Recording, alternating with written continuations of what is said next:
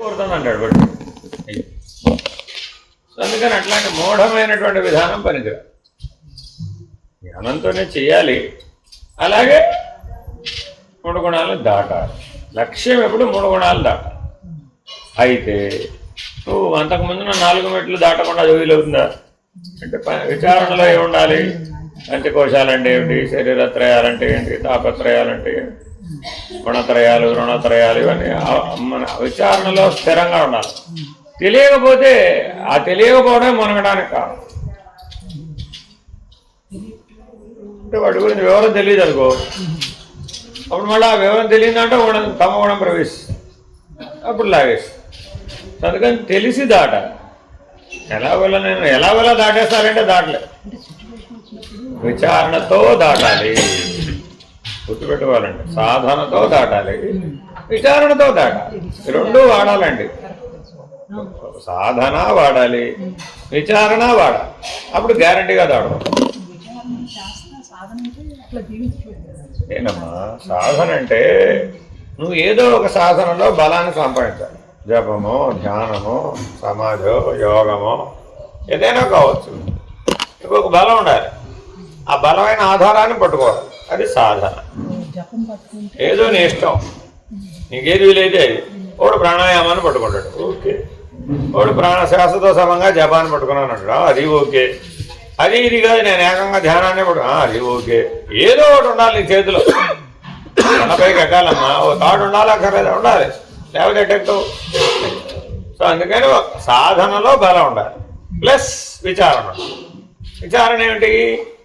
అది తాపత్రయమా, గుణత్రయమా, శరీరత్రయమా, దేహత్రయమా, లోకత్రయమా, రుణత్రయమా, ఈ త్రిపుటికి సంబంధించిన విచారణ ఉండాలి. ఈ విచారణ, ఆ సాధన కలిపి లక్ష్యం ఏముండాలి? ఆత్మ దాటాలి. నేను ఈ మూడు బ్యాచ్ అంతా దాటాలి.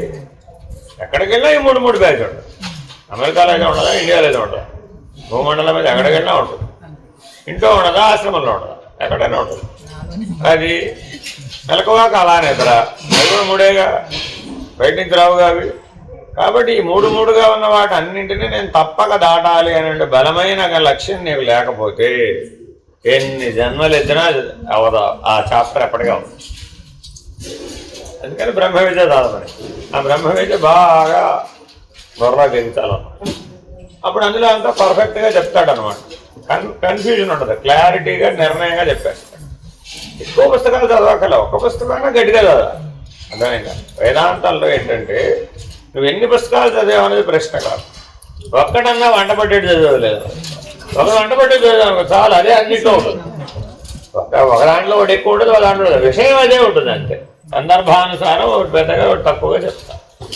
అందుకని బ్రహ్మ విద్య పుస్తకం ఉత్తమం. అది చదివి అందరూ చదవాలండి, కంపల్సరీ అన్నమాట.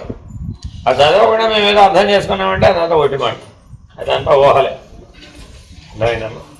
అందుకని ఎప్పటికైనా ఏ సాధన చేసే వాళ్ళకైనా లక్ష్యం ఒకటే, గుణాతీతం అవ్వడమే నీ లక్ష్యం. గుణాతీతం అయితే తప్ప నీకు ఆత్మలక్షణాలు రావు. ఆత్మలక్షణాలు వస్తే తప్ప ఆత్మానుభవం కలగదు. Very very important. జంతు ఉపాధిలో ఉంటే మానవ లక్షణాలను పొందాలంటే పొందగలమా? పొందలే, చాలా కష్టం.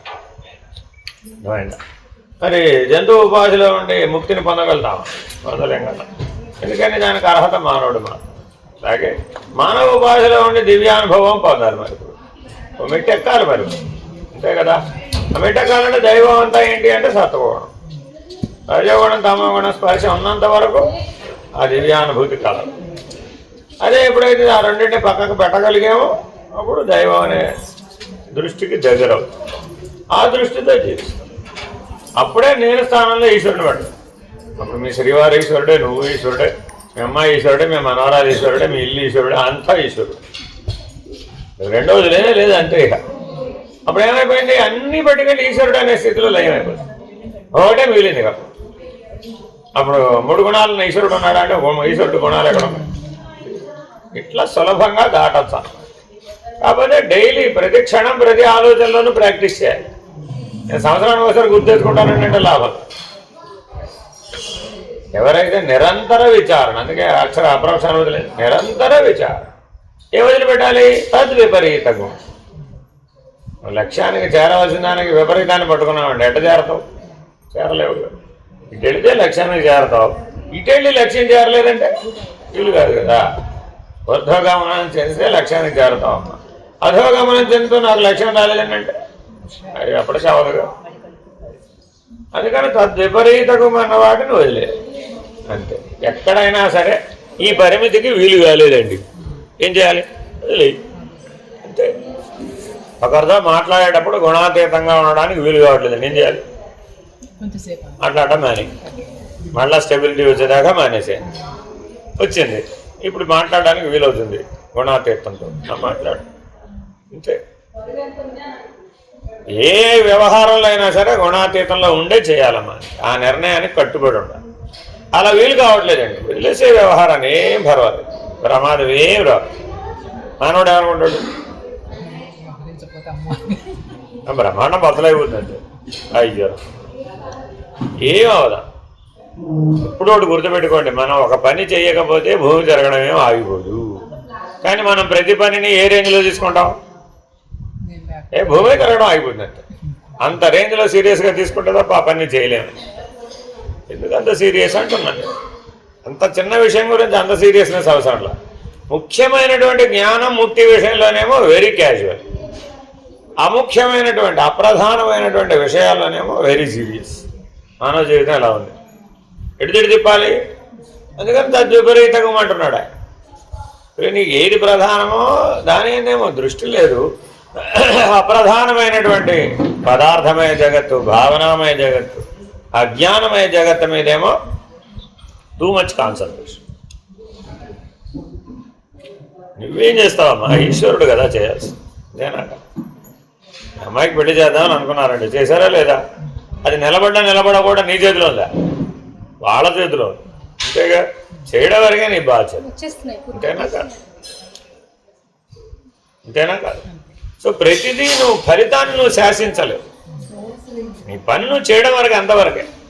నేను అనుకున్నట్టు రాలేదండి అని బాధపడిపోతాడు. ఊరే భూమి నువ్వు అనుకున్నట్టుగా మారిస్తే ఏమైపోతుందంటావు? ఒకడేమో గుండ్రంగా కావాలంటే వాడు నలుచదరంగా కావాలంటే వాడేమో దీర్ఘచతురస్రం, వాడు త్రికోణంలాగా కావాలి. అప్పుడు ఎన్ని రకాలుగా పెట్టాలి? అందుకని పరమాత్మ ఎన్నో విషయాలలో మనకు స్వేచ్ఛ ఇవ్వలేదు. దృష్టిలో అసలు నీకు ఎక్కడా స్వేచ్ఛ లేదు. ఉన్నదాన్ని సద్వినియోగం చేసుకోవడమే తప్ప నీ ఇష్టానుసారం మార్చడానికి ఈ సృష్టిలో ఎక్కడ 99% ఎక్కడ ఛాయిస్ లేదు. 1% ఛాయిస్ ఇచ్చాడు. అదేమిటంటే నీ మనస్సు. నీ ఇష్టానుసారం మార్చుకోవడానికి ఉన్నది ఒక్క నీ మనస్సు ఒకటే, మిగిలింది ఏదీ లేదు. ఆ ఒక్కటే ఎందుకు ఇచ్చాడయ్యా అంటే అది లేకపోతే నువ్వు జీవితం ఇవ్వడు. అనేక మనుష్యాణం కారణం బంధమోక్ష. ఆ ఒక్కటి ఉండడం వల్ల మనిషి అయ్యావు, అది లేకపోతే జంతువు అయిపోతావు. సో ఆ మనోవికాసం నీకు ఎందుకు ఇచ్చాడయ్యా అంటే ఏది బంధం ఏది ముక్తి అని గుర్తించాలంటే దాంతోనే గుర్తించాలి, వేరే దాంతో గుర్తించడం వీలుగా. కర్మేంద్రియాలను గుర్తించమంటే గుర్తిస్తాయా? ఏది బంధం ఏది ముక్తి అంటే చెప్పమంటే చెప్పలేదు. కొన్ని జ్ఞానేంద్రియాలు చెప్తాయా? అవి చెప్పలేదు. విషయేంద్రియాలు చెప్తాయా? అవి చెప్పలేదు. ప్రాణేంద్రియాలు చెప్తాయా? అవి చెప్పలేదు. ఒక్క అంతఃకరణ చతుష్టయమే ఏది బంధమో ఏది ముక్తో తెలుసుకోవడానికి ఉపయోగపడదు. అవే నేను విడుదల చేయలేవు, తెలుసుకోవడానికి ఉపయోగపడదు. యాసిడా బేసా తెలుసుకోవాలి, ఏం చేయాలి? ఓ లిట్మస్ పేపర్ అందులో వేస్తే రంగు మారుతుంది. మరి ఆ లిట్మస్ పేపర్ లేకుండా ఎలా తెలుసుకుంటావు? అదే మనస్సు, నథింగ్ ఎల్స్. కానీ మనం దాన్ని ఏం చేసాము? ఎడాబెడా వాడేసాం. అప్పుడేమైపోయింది? దాని పనితనం కూలిపోయి. ఏది బంధమో ఏది ముక్తో తెలియజెప్పడం కోసం వచ్చిన పనిముట్టుని మనం కేవలం వ్యవహారానికి భోగానికి వాడేసాం. ఇప్పుడు మనం తెలివి పూర్తిగా మొద్దుబారిపోయి. ఎంత మొద్దుబారిపోయింది అంటే ఏది బంధం అని అడిగితే నాకు తెలియదు అసలు. మరి ఏది బంధమో నీకు తెలియకపోతే ఎట్లా అసలు? అది ఎవరెత్తి చూపిస్తారు? ఎవరొచ్చి ఎత్తి చూపించినా ఇవాళున్న విషయం రేపు ఉండదు, ఇవాళున్న పరిస్థితి రేపు ఉండదు. అర్థమైందా? ఇవాళ ఆకలేసిందంటే రేపు ఆకలేదంట. ఎట్లా దీనికి పరిష్కారం ఏంటి? కాబట్టి నువ్వే నిర్ణయం చేయాలి. ఎవరికి వాళ్ళు స్వతఃపూర్ణ విచారణ, నీలో ఉన్న పూర్ణత్వాన్ని నీవే విచారణ చేసి తెలుసుకోవలసిందే.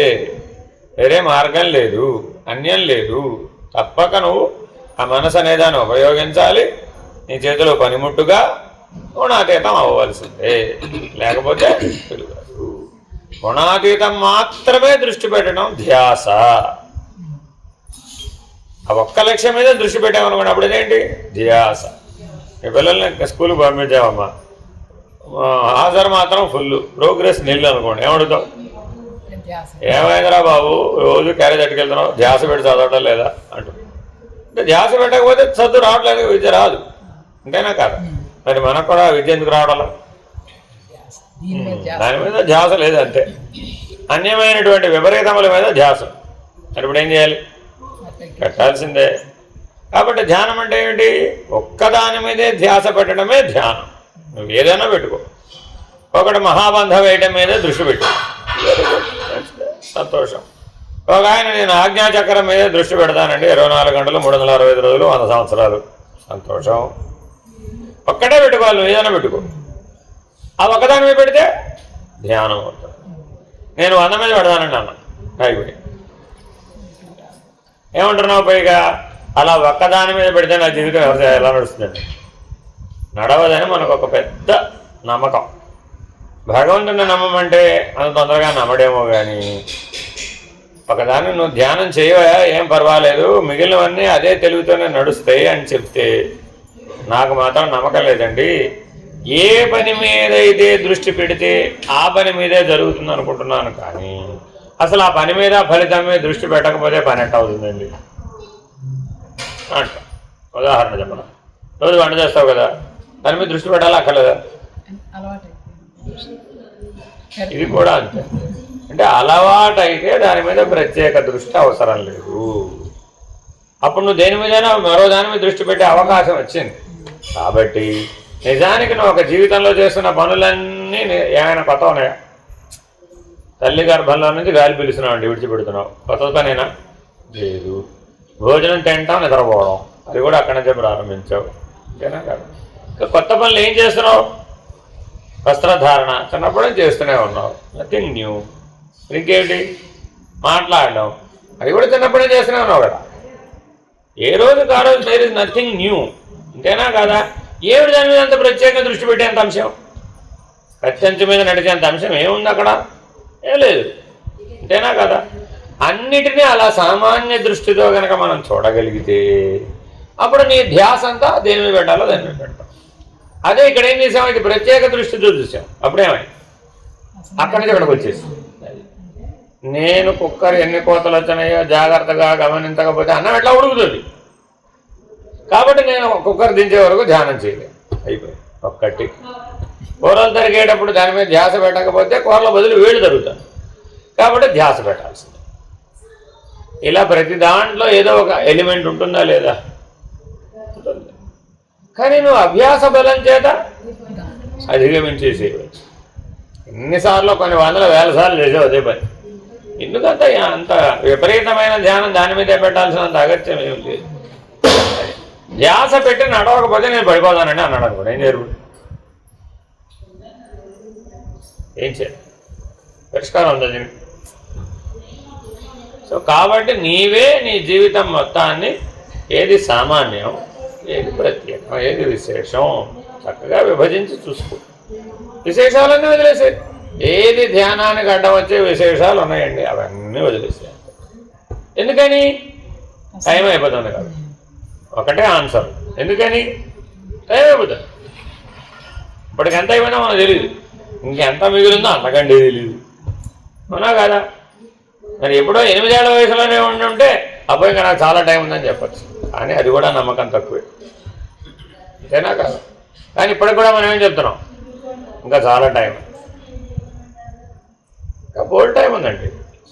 నేను చెప్పేవన్నీ చేయడానికి ఇంకా నాకు చాలా టైం, అప్పటిదాకా ఉండాలి కదా, గ్యారంటీ. కాబట్టి నాటికి ఇప్పుడే తప్పక చేతు నీ భజన అన్నవాడే ఉత్తముడు. అర్థమైందండి? మధ్యముడు ఆ టైం వచ్చినప్పుడు చూస్తాలేండి, మధ్యముడు. సర్లేండి, అసలు ఈ జన్మ కావదు.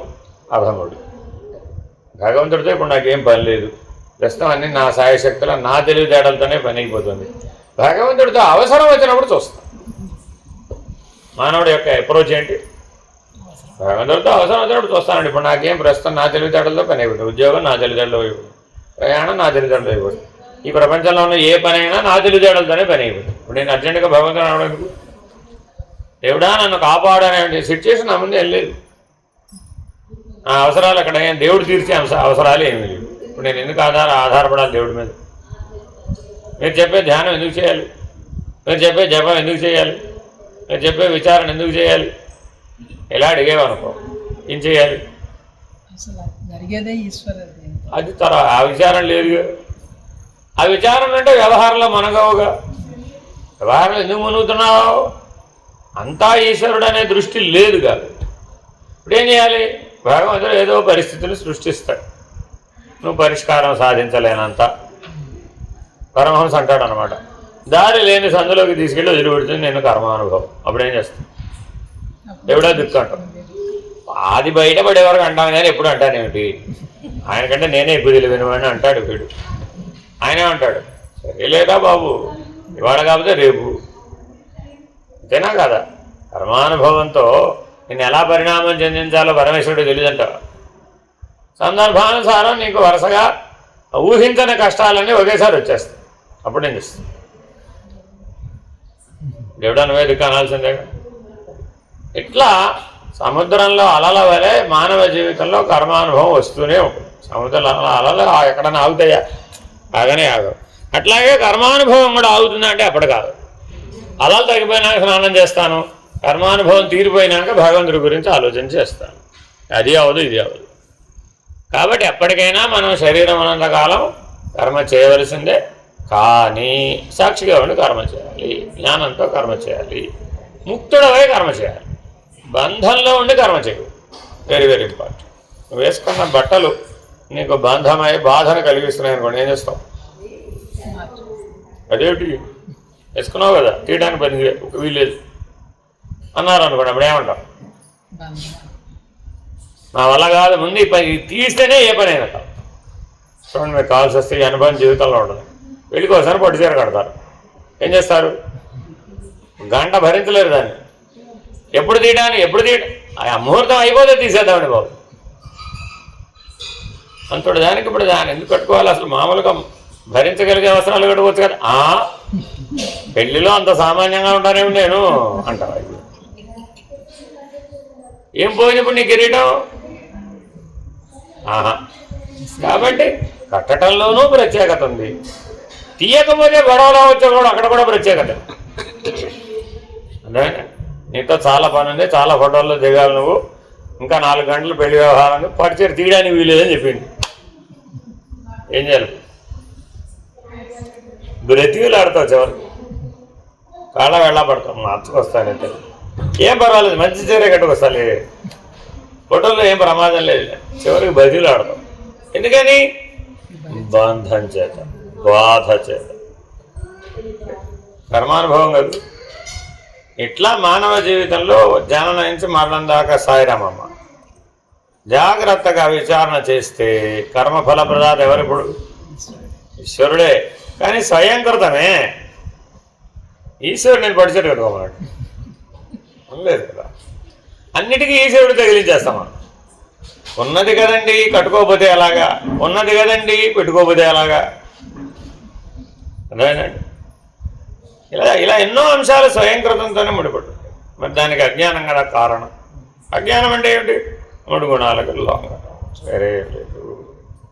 3 గుణాలకు అతీతంగా ఉంటే జ్ఞానం, 3 గుణాలకు లొంగితే అజ్ఞానం. ప్రత్యేకత, జీవితం అంతా ప్రత్యేకత, ప్రతిరోజు ప్రత్యేకత.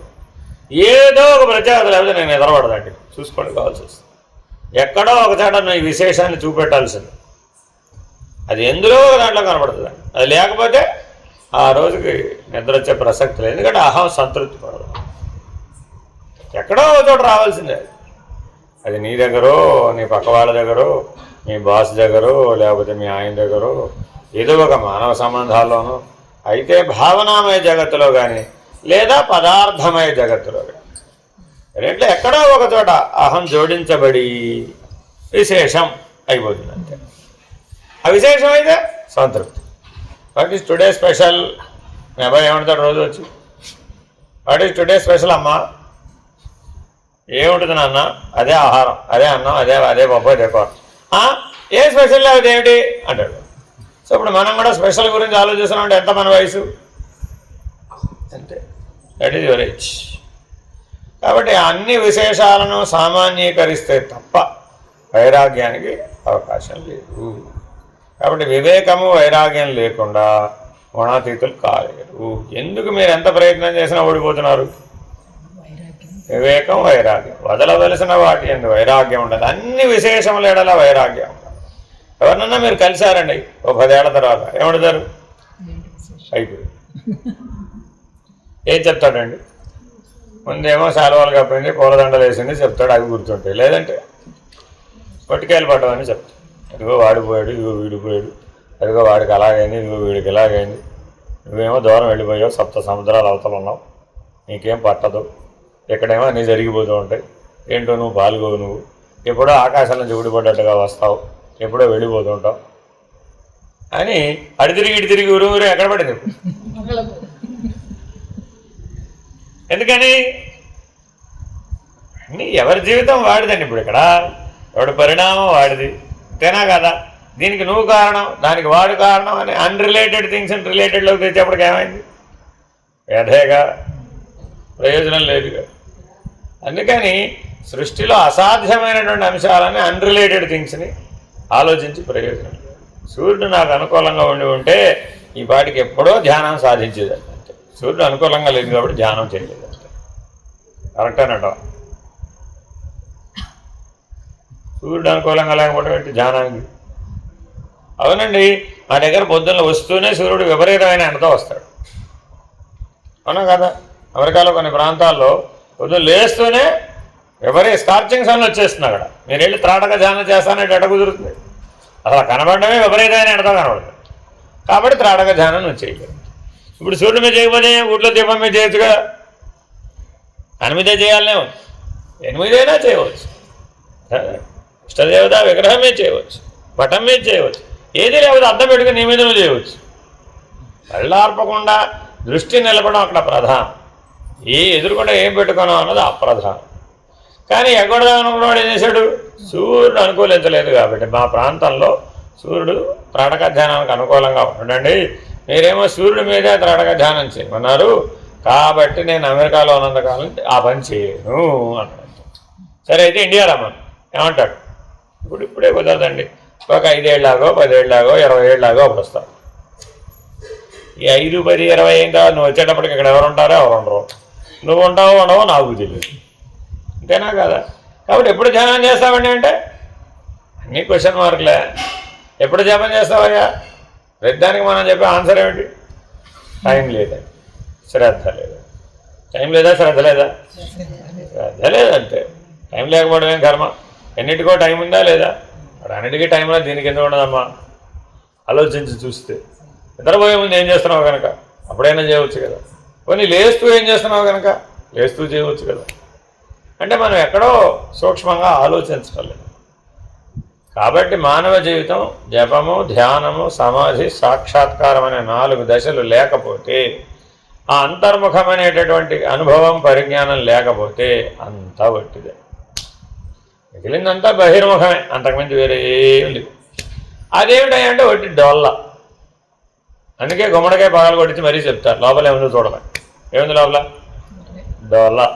చూడడానికి మాత్రం పైన ఎంత ఉంటుంది, కానీ ప్రయోజనం ఏమి? నీ జీవితానికి నిదర్శనం అనమాట. అందుకే గృహప్రవేశం చేసేప్పుడు గుమ్మడికాయ కొట్టడం అంటారు. ఎందుకు కొట్టాలి? ఏదో సాధించానని అనుకుంటుంటావు కదా, నీ జీవితం అంతా ఆ గుమ్మడికాయ లాంటిది నైనా లోపలంతా డోల్లే అని చెప్పడం. కాబట్టి ఎప్పటికైనా మానవుడు అంతర్ముఖ సాక్షిత్వం పొందడం కోసమే పుట్టాడు. నీ జన్మకు కారణం ఏమిటంటే మానవోపాధికి నువ్వు ఏ పరిస్థితుల్లో అయినా సరే నేను అంతర్ముఖ సాక్షిగా ఉంటానని ప్రమాణం చేసి పుట్టావు. ఎప్పుడు ప్రమాణం చేశావు? పుట్టక ముందు గర్భస్థ శిశువుగా ఉన్నప్పుడు ఈశ్వర ఒక అవకాశం ఇవ్వు, ఈ జన్మలో గ్యారంటీగా I and you are one అనేటటువంటి జ్ఞానాన్ని కోసమే జీవిస్తాను, అభేద జ్ఞానం కోసమే జీవిస్తాను, అనన్యమైనటువంటి స్థితి కోసమే జీవిస్తాను, నా జీవిత లక్ష్యాన్ని మర్చిపోను, ఒక్కసారి పుట్టే అవకాశం ఇవ్వు అని 7వ నెల నుంచి ప్రార్థించడం మొదలు పెడతాడు. ఎందుకంటే ఎలా ప్రార్థిస్తాడట? 7వ నెల నుంచి కళ్ళు తెరుస్తాడు, ఐలిడ్ ఓపెన్ అవుతుందండి. కానీ కన్ను పొడుచుకున్నా కనబడిన గాఢాంధకారం ఉంటుంది లోపల. ఆ అంధకారం చేత బాధించబడతాడు. అందుక దుఃఖం అవసరం వాడు తిరుగుతూనే ఉంటాడు. ఎటువైపు దారి ఉందా అని తిరుగుతూనే ఉంటాడు. కానీ ఎటు చూసినా చీకటే ఉంటుంది. ఈ చీకట్లోంచి బయటపడే మహానుభావ అని పరమాత్మని వేడుకుంటాడు. అప్పుడు పరమాత్మ ఏమంటాడు? గ్యారంటీగా గుర్తుంటుందా అని అడుగుతాడు. నో డౌట్ అండి అంటాడు. అంతే. ఎప్పటిదాకా ఉంటుంది వాడికి? బయటపడేదాకా. బయటపడేటప్పటికి ఆ తెలివి వేస్తా పోయి మళ్ళా యథారాజా తథా ప్రజ. నువ్వు ఎట్లా ఉంటావో నీ ఇంద్రియాలు అలాగే ఉంటాయి. ప్రపంచంలో మునిగిపోయి, ద్వంద్వాల్లో మునిగిపోయి, లాభ నష్టాల్లో మునిగిపోయి, లేదుగా అక్కడ ద్వంద్వమయ ప్రపంచం లేదు. ఎందుకు లేదు? వాడి లోపల ఉంది కదా. ప్రపంచం లోపల ఉండదు కానీ బయట అక్కడ ఉంది. ఇండియా వచ్చావమ్మా, పుణ్యక్షేత్రాలు తప్ప ఇండియాలో ఏమీ లేదంటవా? ఎందుకు వెళ్ళలేదు మరి? ఆసక్తి. పాయింట్ అది కాదు, ఆసక్తి. ఏది ఆసక్తి ఉంటే అదే నీ ప్రపంచం. ఆసక్తి లేనిది ఈ ప్రపంచంలో లేనే లేదు. ఇంతేనా కాదా? అమెరికాలో ఉన్నావమ్మా, నువ్వేదో చూస్తున్నది, నువ్వేదో జీవిస్తున్నది అదే నా ప్రపంచం అంటే విస్తారంగా ఉంది అక్కడ. కానీ అవే మన ఆసక్తులు లేవే. అలమాటికి వెళ్ళావు, ఏం తెచ్చుకున్నావు? ఏదో అవసరమో తెచ్చుకున్నావు, ఏది ఆసక్తమో తెచ్చుకున్నావు. అవసరంలో కూడా మళ్ళీ ఏం చేసావు? ఆసక్తి. ఈ బ్రాండ్ అంటే నాకు ఆసక్తి. ప్రియాప్రియాలు అక్కడ పనిచేస్తున్నాయి. మరి దాని వెనకాల ఆసక్తి ఉంది కదా. అంతేనా కాదు? అదేదో 46 రోజు అది తెచ్చుకోలేదంటే అవసరం లేదు, ఆసక్తి లేదు, అంతే. కాబట్టి మానవ జీవితాన్ని ఏది శాసిస్తుంది ఇప్పుడు? అవసరం, ఆసక్తి. ఈ రెండింటిలోనూ గుణమే ఉంది. ఆ గుణం లేకుండా అవసరం, ఆసక్తి లేదు, విషయం లేదు. కాబట్టి గుణాన్ని వేరు చేసేస్తే దానివల్ల నీకేం ప్రమాదం లేదు. ఏదన్నా తెచ్చుకోమ్మా. పదార్థమయ జగత్తులో కూడా 3 గుణాలే ఉన్నాయి. భావనామయ జగత్తులో కూడా 3 గుణాలే ఉన్నాయి. అజ్ఞానమయ జగత్తులో కూడా 3 గుణాలే ఉన్నాయి. కాబట్టి జగత్రయంలో కానీ, లోకత్రయంలో కానీ, శరీరత్రయంలో కానీ, అవస్థాత్రయంలో కానీ 3 చెప్పబడే అన్నింటిలోనూ ఉన్నాయి 3 గుణాలే. నువ్వు దానికి కట్టుబడకుండా అధిగమించిన స్థితిలో దాన్ని ఉపయోగించాలి, అంతే. అధిగమించిన స్థితిలో ఉపయోగిస్తే అది నీకు పనిముట్టు. ఉన్నా లేకపోయినా బాధపడవు. అది ఇప్పుడే చెప్పే కదా, అధిగమించిన స్థితిలో పంటను నేర్చుకో. శరీరాన్ని పనిముట్టుగా ఎలా వాడుతున్నావు అలాగే ఏ పదార్థానైనా పనిముట్టుగా వాడాలి. అయ్యో టమాటాలు లేకపోతే భూమి జరగడం ఆగిపోయింది, ఉల్లిపాయలు లేకపోతే ప్రభుత్వాలు దిగిపోతాయి. ఒక దశలో ఉల్లిపాయలు లేవు ఇండియాలో, అంతే. ఆ ప్రభుత్వం దిగిపోయింది, అంతే. ప్రజలు ఎంత తెలివైన వాళ్ళు. ఏమంటే ఇంతకీ ప్రభుత్వాన్ని అందించేసారండి. సామాన్యుడు తినే ఉల్లిగడ్డ కూడా ప్రభుత్వం సప్లై చేయలేదండి. అందుకని ప్రభుత్వం పనికిరాని ప్రభుత్వాన్ని దించేసింది. తర్వాత ఇంకో దానికి వస్తుంది ఆ సమస్య, ఇంకో దానికి వస్తుంది. బియ్యానికి ఒకసారి బియ్యం దొరకవు, ఒకసారి గోధుమలు దొరకవు, ఒకసారి పప్పులు దొరకవు, ఒకసారి ఉప్పులు దొరకవు. ఏదో ఒకటి ఎప్పుడు సమస్య ఉంటుంది. కానీ అన్నిటికీ మనం దేనికో దానికి ఎవరో ఒకరిని వేరే వాడిని బాధ్యుని చేయడమే చెప్తున్నాం. కానీ మనం దాన్ని అధిగమించడానికి ఎందుకు ప్రయత్నించడం లేదు? నువ్వు అధిగమించవచ్చు, అది నీకు బలహీనత కాదు కదా. అది బలహీనత ఎప్పుడైంది? నువ్వు దాంతో చేరడం. చేరకపోతే అది బలహీనత అయ్యే అవకాశం లేదు. ఇంటర్నెట్ లేకపోతే మానవ జీవితం ఉందా అని వాడు పిల్లల్ని అడిగారు అనుకోండి, ఏం చెప్తాను? అదేమిటి? ఎందుకని ఇంట్లో అన్ని గ్యాడ్జెట్లు ఇంటర్నెట్తోనే పనిచేస్తాయి. ఎంత దూరం వెళ్ళిపోయామంటే ప్రతిదీ ఇంటర్నెట్తో పనిచేయాలి. హై అలెక్సా అంటేనే అది పనిచేస్తుంది, లేదు పనిచేస్తుంది. తలుపులు తెచ్చుకునేయడం కూడా ఇప్పుడు హై అలెక్సాకే. ఎలక్ట్రానిక్ డోర్ లాకింగ్ వచ్చేసింది, మనం వాయిస్ రికార్డింగ్ తోటి పనిచేస్తుంది. Hi Alexa open the door అంటే పనిచేస్తుంది, అసలు అయ్యో అర్థమైందండి. మీరు వచ్చారంటే అన్నీ ఆన్ అయిపోవాలంటే just with your footsteps. లోపలికి ఎంటర్ అవ్వగానే మా యజమాని వచ్చాడంటే టక్ టక్ టక్ టక్ టక్ టక్ టక్ అని మయసభే. కానీ అందులో సత్యం ఏది? నువ్వే సత్యం. నువ్వు లేకపోతే ఆ మయసభకి ఏం విలువ ఉంది? సరే, బాగా కట్టుకున్నాడు పెద్ద భవంతి. ఒక పెద్ద జమీందారు గారు, ఒక పెద్ద ధనవంతుడు 7 అంతస్తుల మేడ కట్టుకున్నాడు అండి. ఓ స్వామీజీని ఆహ్వానించాడు. ఏదో ఊళ్ళోకి వచ్చాడు, తీసుకెళ్ళాడు పైకి. ఎక్కడో పై అంతస్తులో ఉంది ఆయన పెంట్ హౌస్ రూమ్.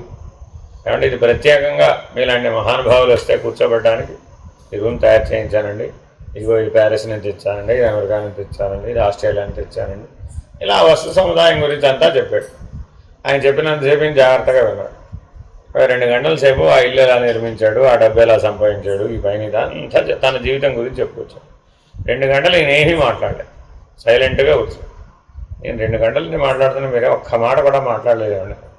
ఒక విషయం గురించి ఆలోచిస్తున్నా, చెప్పమంటావా అన్న. చెప్పండి, ఇక్కడే ఉంటావు కదా ప్రతిరోజు, పగలు రాత్రి ఇక్కడే ఉంటావు. ఇక్కడి నుంచే నా వ్యవహారాలను నడిపిస్తానండి, ఎక్కువసేపు ఇందులోనే ఉంటానండి, చాలా ప్రశాంతంగా ఉండదండి ఇక్కడ ఉంటే. నా సందేహం వల్ల ఒకటే, నువ్వు పోతే రేపు నేను ఎలా దించాలా ఇక్కడి నుంచి? 7 అంతస్తుల మేడ మీద పెంట్ హౌస్లో కూర్చుంటే ఎందుకని అని దర్వాజాలు, ఇరుకు దర్వాజాలు, పూర్వం పెద్ద దర్వాజాలు ఉన్నాయి, ఇప్పుడు అన్నీ ఇంతే, మనిషి పట్టాడు అంతే. మరి అప్పుడు నేను ఎలా తీసుకెళ్ళాలి?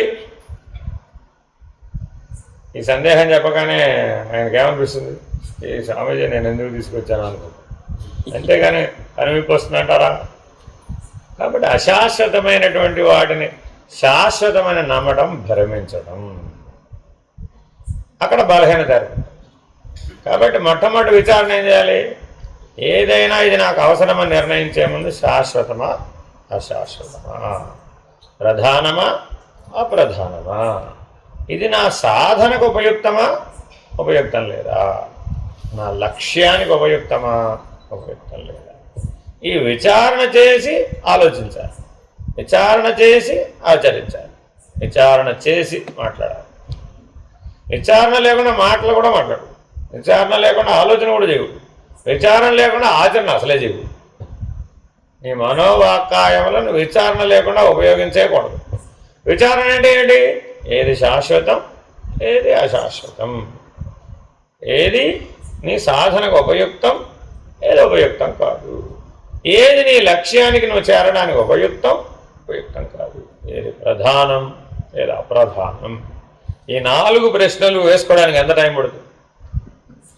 అదెప్పపాటే. ఆ సెకండ్ టైం లేదంటాడు.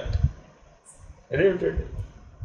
అట్లాడే ముందు ఆలోచన ఉంటుందిగా, ఆలోచనకు ముందు విచారణ పెట్టండి. ఇప్పుడు మనం ఎప్పుడు పెడుతున్నాం విచారణ? అంతా అయిపోయినాక. అంతా అయిపోయినాక విచారించి ప్రయోజనం ఏముంది? ఇప్పుడు ఆల్రెడీ ఫలితం కూడా వచ్చేసింది. అప్పుడు ఎంత విచారించినా నేను చెప్పలేవుగా. కాబట్టి ఎవరికైతే ఈ విచారణ ముందుగా మేల్కొంటుందో వాళ్ళే జ్ఞాన మార్గంలోకి వస్తారు, సాక్షిగా ఉండగలుగుతారు. ఆ సాక్షిత్వం అనేది ఎక్కడ దాకా తీసుకెళ్ళవచ్చయ్యా? బ్రహ్మాండ సాక్షిత్వం దాకా తీసుకెళ్ళవచ్చు. ఇక్కడ ఉల్లిపాయకి సాక్షి అనేవాడు ఎవడైతే జీవుడు ఉన్నాడో, ఈ జీవుని ఎక్కడ దాకా పట్టుకెళ్ళచ్చు? బ్రహ్మాండ సాక్షిత్వం దాకా పట్టుకెళ్ళవచ్చు. అలా పట్టుకెళ్ళడానికి ఉపయోగపడే విద్య పేరు సాంఖ్య తారక మనస్కారం. ఇక్కడ పనికిరాదు. నీకు ముందు ఈ సాక్షి సాధన వస్తే, ఇలా ఉండగలగడం వస్తే, అప్పుడు నీకు సాంఖ్యతారక మనస్కాలు ఉపయోగపడతాయి. అంతేగాని ఈ రకమైన ఏ సాధన లేకుండా, ఏ విచారణ లేకుండా, అసలు సాక్షిగా జీవించడం అనే జీవితమే లేకుండా సరాసరి నేను తెచ్చి సాంఖ్యతారక మనస్కాల్లో కూర్చోబెట్టాను అనుకోండి, ఏం చేస్తాం? కూడా బట్టి ఓ పాఠంలాగా నేర్చుకుంటాం. అది ఉపయోగించుకోవడం రాదు, ప్రయోజనం కూడా లేదు. కాబట్టి చాలా జాగ్రత్తగా ఈ సాక్షి సాధన చేయాలి. నిత్య జీవితంలో ప్రతి క్షణం సాక్షిగా ఉండాలి. ధ్యాస సాక్షి మీదే పెట్టాలి. ఏదైనా నువ్వు ఆచరించకపో, గాలి తీసుకో మానేసి, నాకు తెలియదు, సాక్షిగా ఉండాలి. నిద్రపో మానేసి, సాక్షిగా ఉండాలి. అదే జ్ఞానంతోనే నిద్రపోవాలి, అదే జ్ఞానంతోనే మేలుకోవాలి. అదే స్మరణతోనే నిద్రపోవాలి, అదే స్మరణతో మేలుకోవాలి. అదే జపంతో నిద్రపోవాలి, అదే జపంతో మేలుకోవాలి. అది సాధించేంత వరకు వేరే పని చేయకూడదు. అర్థమైందండి? వేరే పని చేయకూడదంటే వేరే ఏది ప్రధానమని భావించరాదు. కాబట్టి తప్పక తతప తప్య తపో తప, మనముడు తపస్సు చేస్తేనే ధరిస్తాడు, తపస్సు లేకపోతే ధరించడు. కేవలం కుక్షింభరత్వం అంటే అర్థమేంటి? పొద్దున మధ్యాహ్నం సాయంత్రం టెన్షన్గా చేసే పనులేంటి? 3 పూట్ల తింటాం, 3 పూట్ల విశ్రాంతి తీసుకుంటాం. తగిన ఆ రెండింటికి తగినటువంటి పనులు చేసుకోవాలి. చెయ్యకపోతే భోజనం లేదు, చెయ్యకపోతే విశ్రాంతి లేదు. కష్టపడకపోతే విశ్రాంతి 3 పూట్ల విశ్రాంతి తీసుకోవడం వీలవుతుందా?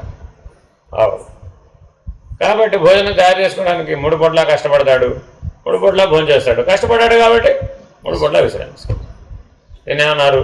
ముక్షింభరుడు, బుభుక్షువు. కాబట్టి సాధనపూర్వకంగా నువ్వు రురుక్షువు అవ్వాలి. అది ఎప్పుడు అంటే నువ్వు ఏ పని చేసినా సాక్షిత్వం కోసమే చేయాలి. ఏం చేసినా పంచకోశాలను దాటాలి, ఏం చేసినా శరీరత్రయాలను దాటాలి, ఏం చేసినా తాపత్రయాలను దాటాలి, ఏం చేసినా గుణత్రయాలు దాటాలి, ఏం చేసైనా సరే అవస్థాత్రయాన్ని దాటాలి. అన్నీ మానేసైనా సరే ఇవి చేయాలి. అన్నీ మానేసి కొండగుహలో కూర్చొని చేస్తే యోగం అన్నాం, ఇక్కడే ఉండి చేస్తే రాజయోగం అన్నాం. గృహస్థాశ్రమంలోనే చేస్తే అప్పుడు రాజ్యం ఉందా లేదా నీకు? మీ ఇల్లే నీ సామ్రాజ్యం. కాబట్టి ఇక్కడ చేస్తే అన్నారు రాజయోగం. యోగములందు రాజయోగము హెచ్చు అంటే అర్థం ఏమిటి? ఓ ప్రాణాయామం చేయమన్నాం మిమ్మల్ని, ఎంతసేపు చేస్తున్నారు? చేయడం లేదుగా. ఎందుకు చేయడం లేదు? ప్రాణాయామం చేయడానికి ఇబ్బంది ఏమిటి? ఎక్కడికి వెళ్ళాలి? ఎక్కడికి వెళ్ళక్కర్లేదు. సమ ప్రాణాయామం చేయమన్నారు. గాలి తీసుకొని 5 సెకండ్లు గాలి తీసుకో, 5 సెకండ్ల గాలి నిలుపుకో, 5 సెకండ్లు విడిచిపెట్టు, 5 సెకండ్లు మళ్ళీ ఆపుకో. దీనికి కష్టపడేది ఏముంది? అబ్బో చాలా కష్టపడి బాబు సమప్రాణాయామం. ఏదో 5 నిమిషాలు 3 నిమిషాలు చేయమంటే చేస్తామేమో, కానీ రోజంతా చేయమంటే చేస్తామేంటి అన్న. అప్పుడు ఇంత చిన్న సాధన చేయలేని వాడు ఏకంగా బంధరాహిత్యం జన్మరాహిత్యాన్ని ఎలా సాధిస్తుంది? వీలవదు కదా. కాబట్టి తప్పక సమప్రాణాయామం చేయాలి. ప్రాణంతో సమానంగా శ్వాస నిలబెట్టుకోవాలి. ఆ శ్వాసతో సమంగా జపం చేయాలి. జపంతో ధ్యానాన్ని సాధించాలి. ధ్యానంతో సమాధినిష్ట సాధించాలి. సమాధితో సాక్షాత్కారాన్ని సాధించవలసిందే. క్రమ సాధన, క్రమ విచారణ, క్రమ అధ్యయనం 3 ఉండవలసిందే. అప్పుడే క్రమముక్తి. ఇవాళకి వాళ్ళు అర్జెంటుగా సద్యోముక్తి జీవన్ముక్తి వచ్చేసామంటే వచ్చి, ఎందుకని అంత సంసిద్ధత ఏది మనకి లేదు. జీవన్ముక్తులు భారతదేశంలో బోర్డు మంది ఉన్నారు, కానీ వాళ్ళలాగా మనం పుట్టలేదు, వాళ్ళలాగా మనం జీవించడం లేదు. వాళ్ళలాగా పుట్టనన్నా పుట్టాలి, లేదంటే వాళ్ళలాగా జీవించనన్నా జీవించాలి. అంతకుమించి వేరే మార్గం లేదు. కాబట్టి అనుక్షణం మీకు ఇది గుర్తుండాలి, మర్చిపోయే అవకాశం ఉండకూడదు. ఒకవేళ మర్చిపోతే గుర్తు చేసుకోవాలి. ఎంతగా గుర్తు చేసుకోవాలంటే మర్చిపోకుండా ఉండేటందుగా గుర్తు చేసుకోవాలి. హరి ఓం శుభం.